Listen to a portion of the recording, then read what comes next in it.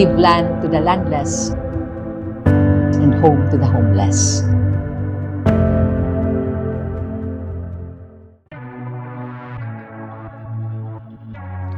Mibati ko og kabalaka karon sa issue sa 93-1. Tungod kay daghan kay ang niduol nako, mahitungod sa ilang sitwasyon karon. Di man din nato matago nga ang pinakadaghan og beneficiary sa 93-1 Barangay Lahug. Mo'y akong barangay. 11 ka barangay ang naipiktahan ini. Dako kay namong kaguol karon kay matud pa nila, digit sila ka-afford sa presyo. Nga ni kabat 25,000 to 80,000. Naglisod man gay kung sila silang pang-adlaw-adlaw nga panginanghanglan, unsaon na lang kuno nila pagbayad sa ilang maangko nila ang maong yuta. So ako, usara gyud ang direksyon, usara gyud ang plataporma sa Bando Osmeña, Pundo, Kauswagan, POPK, mahitungod sa 93-1. Maura gyud ang paghatag nila o hamugaway, komportable, nga maangko nila ang maong yuta.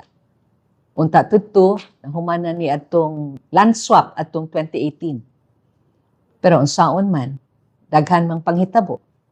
So karon, mao naman ni atong sitwasyon nga giatubang karon, isip konsyal atong panahona, usa ko sa nitabang nga maangko na gyud ug mahuman na gyud ang land swap. Nga unta ang atong mga lumulupyo sa syudad sa Sugbo, makatug na silang maghayang. Mao na gyud toy giingog to give land to the landless and home to the homeless. Pero karon dako kay ning hagit. Gani usa ko sa testigo sa atong pag-umol sa mong kontrata. Gibuhat na mo tanan nga unta mahuman na to.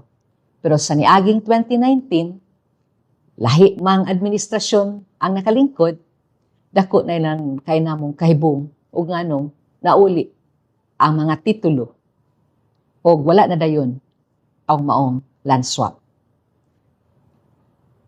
So, unta, ang atong tumong og tinguha usara, nga tiunay, kinasing-kasing ang atong pagtanaw sa mga tao karon nga namuyo sa 93-1. Luoy kay ni sila, kay matag eleksyon, gamiton lang ni sila. Mahimo lang ni importante ang 93-1, matag tulo ka tuig. Bisan sa nangagi. Kinsang magpapili, mo'y makahatag og sulbad sa maong problema. Pero hangtod karon, ang tanan natong katawhan, pipila lang ang nakaangkon sa yuta. Nang problema gihapon sa maong pag-angkon sa yuta. Sud sa 32 ka tuig, og dili ko masayot. Wa ko na hinumdum nga adunay kongresista nga nitabang sa sitwasyon sa 93-1. Gani ang atong kasamtangan kongresista karon, wa ko na hinumdum. Adnaa ba siya'y gamay nga gikatampo mahitungod sa 93-1. Ug naa ba siya'y gamay pagbati sa 93-1 nga beneficiaries? Ug naa ba siya'y kalabutan or kalibutan or nahibaw-an mahitungod sa maong issue? Ug di sa ko kasiguro o kanang uban nga nanagan diha, aduna ba sila'y natampo mahitungod sa 93-1? Pero ako sigurado ko, sa partido nga akong gikuyugan, klaro ang plataporma o direksyon sa Bando Osmeña, Pundo, Kauswagan, mahitungod sa 93-1.